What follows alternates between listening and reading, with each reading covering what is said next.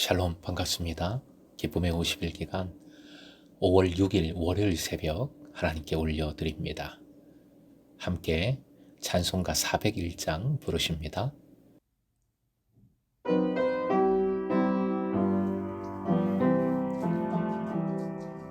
주의 곁에 있을 때 마음이 든든하거니 주여 내가 살 동안 인도하여 주소서. 주여 나를 인도하소서. 바른 세상 살 동안 주여 인도하소서. 세상 틈파진 않은 영화로운 나라와 눈물 없는 곳으로 들어가게 하소서.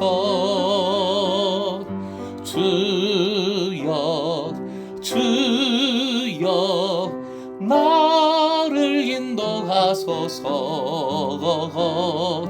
빠른 세상 살 동안 주여 인도하소서.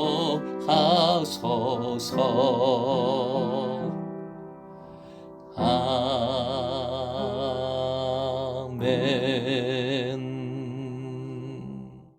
오늘 말씀은 고린도후서 13장 8절에서 10절, 고린도후서 13장 8절부터 10절까지의 말씀입니다. 곧 언덕 위에서 전시회가, 멋지고 좋은 전시회가 시작됩니다.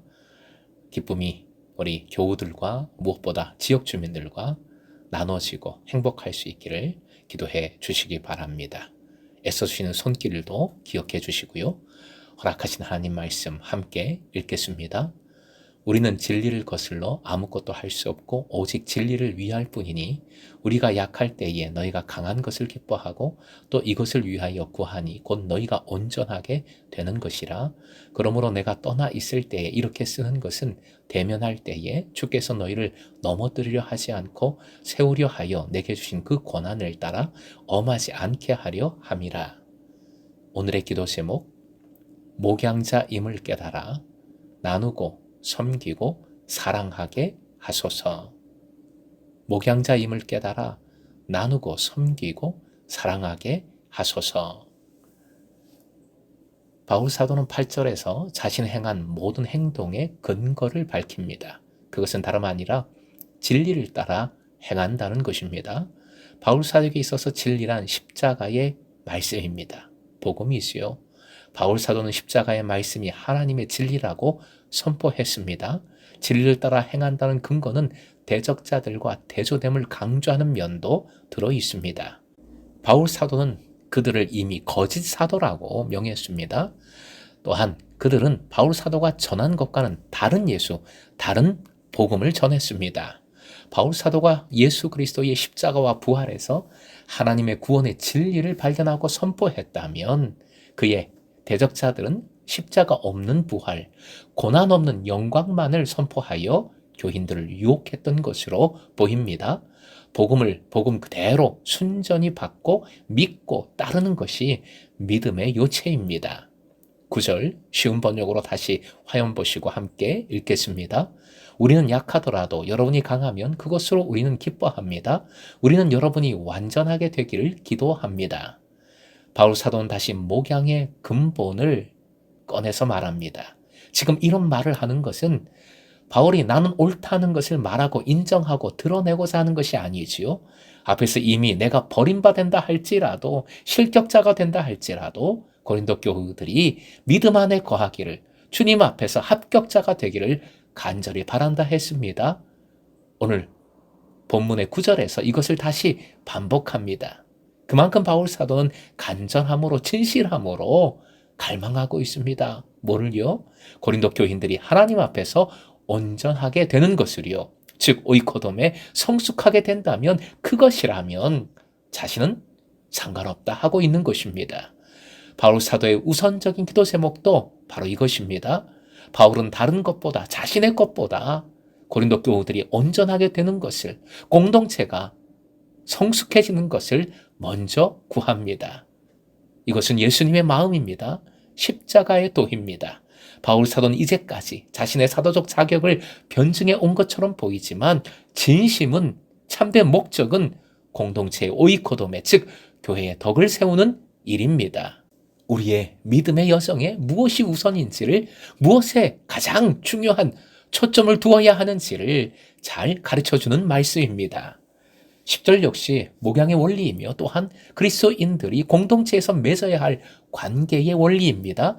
바울 사도는 고린도 후서의 편지를 통해서 강하게 말했습니다. 본래 이 편지의 목적은 공동체를 복음으로 온전히 세우는 것이지요. 또한 관계의 측면에서 본다면 바울 사도는 이 편지를 통해서 고린도 교인들이 적대자의 말을 듣고 바울 사도로부터 멀어지는 것을 방지하고 처음 그들에게 복음을 전했을 때처럼 그들과 바울 사도가 다시 온전한 돈독한 관계를 이루는 것입니다. 그 과정에서 고린도 교인들의 잘못을 지적하고 강하게 훈계할 수밖에 없었지요. 그러니 바울 사도의 진심과는, 본심과는 상관없이 편지를 받아 읽는 사람에 따라 우리를 너무 비난하는데, 너무 노골적으로 지적하는데 라고만 느낄 수 있습니다. 바울 사도는 이런 상황까지도 헤아리고 있습니다. 그래서 바울 사도는 본절에서 이렇게 편지로 강하게 말하는 이유를 설명합니다. 그것은 한마디로 화해를 위함입니다. 방문해서 갔을 때 강하게 치리하게 되면 힘들 수밖에 없지요. 즉 직접 고린도 교회에 갔을 때 만일 교인들이 여전히 싸움을 하고 당파를 짓고 부도덕한 생활을 계속하고 있어서 바울을 노엽게 하고 사도의 권위로 강하게 다스릴 수밖에 없다면 관계 회복은 어렵지요. 그러기에 직접 방문에 앞서서 미리 편지를 써서 부도덕한 일들을 시정하기를 바랬던 것입니다. 편지를 통해 깨달음을 주시고 그 죄악된 행실을 바로잡는다면 바울 사도가 직접 갔을 때 그들을 부드럽게 대할 수 있습니다. 사도의 권위를 가지고 정죄하는 일이 불필요하게 되는 것이지요. 본절에서 바울 사도는 중요한 것을 우리에게 알려줍니다. 첫째, 항상 강조하는 것인데 사도의 권위는 자신이 취한 것이 아니라, 자신이 세운 것이 아니라 오직 하나님께서 주신 것입니다. 둘째, 사도의 권위는 또한 정죄하는 데 있는 것이 아니라 사랑하고 보호하고 선도하며 화목케 하는 일에 그 목적이 있습니다. 사도는 교인들을 사랑하고 위로하여 교회를 아름답게 굳건하게 세우는 것이 그 임무입니다. 목회자의 임무와 사명도 이와 같은 것이지요. 그러나 아주 중요한 포인트, 기억할 것은 특별한 사역자들만이 이런 말씀을 명심해야 할 것이 아니라, 다시 강조해서 말씀드립니다. 그리스도인은 모두가 목양자입니다. 목양자입니다. 이는 하나님께서 주신 본연의 사명입니다. 그리스도인은 오이코노모스요 디아코노스입니다. 예수님의 목양의 일을 위임받은 이들로서 예수님처럼 죽기까지 섬기신 예수님처럼 주님의 종으로서 나누고 섬기고 사랑해야 하는 것이지요. 그것이 바로 목양입니다. 사랑하는 예배자 여러분, 오늘도 목양의 원리를 기억하고 예수님의 마음으로 품으십시다. 섬기고 나누고 사랑하십시다. 주께서 여러분을 그렇게 품어주심을 믿고 감사하십시오. 그리고 그 은혜로 다른 이들을 세우는 귀한 하루, 기쁜 하루가 되시길 주님의 이름으로 축원드립니다.